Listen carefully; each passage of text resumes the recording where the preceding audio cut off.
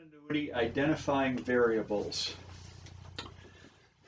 We have what's called a time diagram over here, and let's suppose every period, this could be a month, could be a year, whatever, but every period we put $200 into an account. We do it n times, n could be 48, that would be 4 years, for instance. And at the end, suppose we have $5,284.37. That's what's called the amount of the annuity.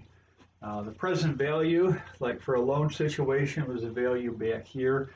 This is the value of the annuity at the very end. So if we deposited this money periodically at a given interest rate for n periods, presumably that's how much we would have at the end. It's a sum total of all these $200 payments plus interest.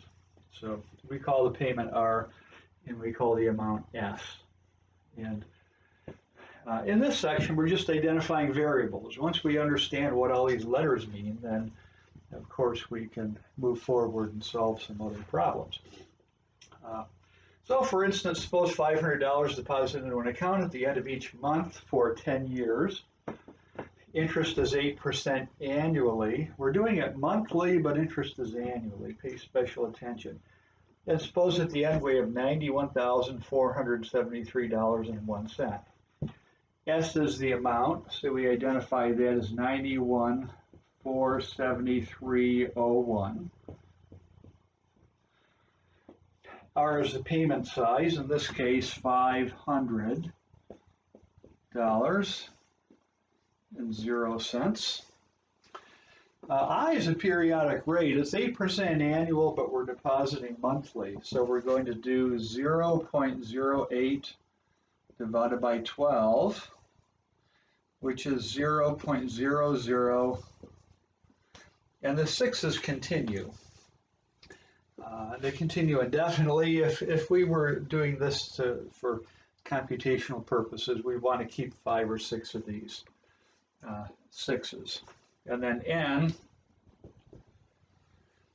how many months are there? Well, it's 10 years, so we're going to multiply 10 times 12 and have 120 months.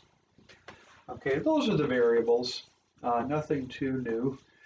Now let's suppose we change this a little bit. Here's a second example. Suppose we deposit $500 in an account at the end of each year for 40 years.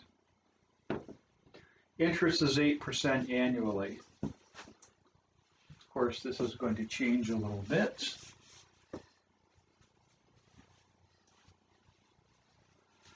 We're going to have 125,000 or $129,528 at the end.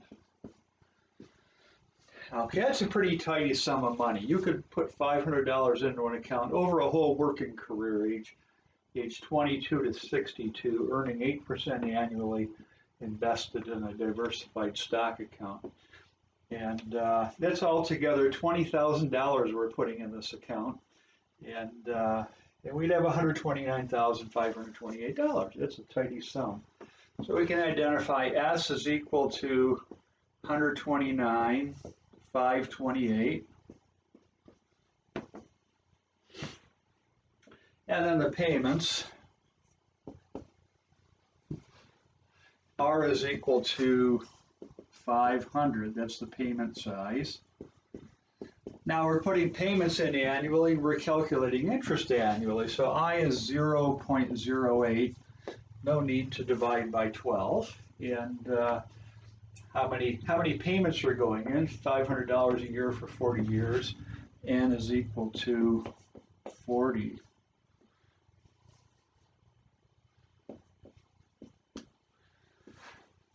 Now we can calculate total payments.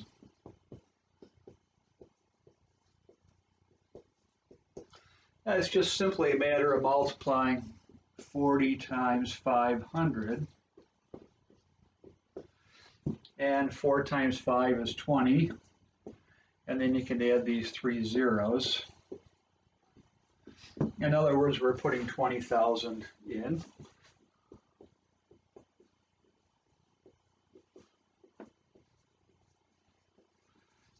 Interest earned is simply the total amount. We have 129,528 at the end, minus 20,000. Altogether, that's 109,528. Okay. This $20,000 is what you worked for in your job, and $109,000 is what your money has produced for you. You've put your money to work and earn a considerable sum of interest. 109,000 to be precise. Okay, that's all for this section. We'll be back for the next video shortly.